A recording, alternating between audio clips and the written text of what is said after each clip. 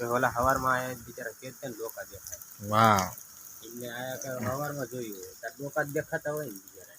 એ તો કે પાણી ખાલી થાય છે. પછી થોડું ઉગાડું થયું હોય ને દેખાણું હોય ને એમ કહેવાય કે હવે ખાલી થાય.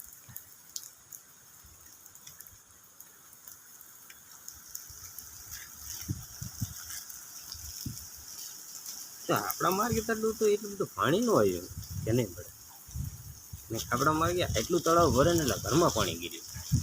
રોકાઈ ગયો એટલે પણ ઓબાળ એટલો હવે નાળામાં પાણી ઓબળ ભરાણો હોય ને એટલે આપણા ભરાણા ન ભરે આપણા આ બધું અહીંયા નીકળે આપણા ઘર પર એ નહીં આપણા આ પડા ભરાણા ને એનું મેન કારણ ઓબાળ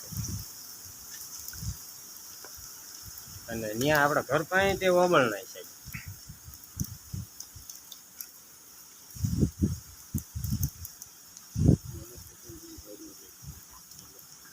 હું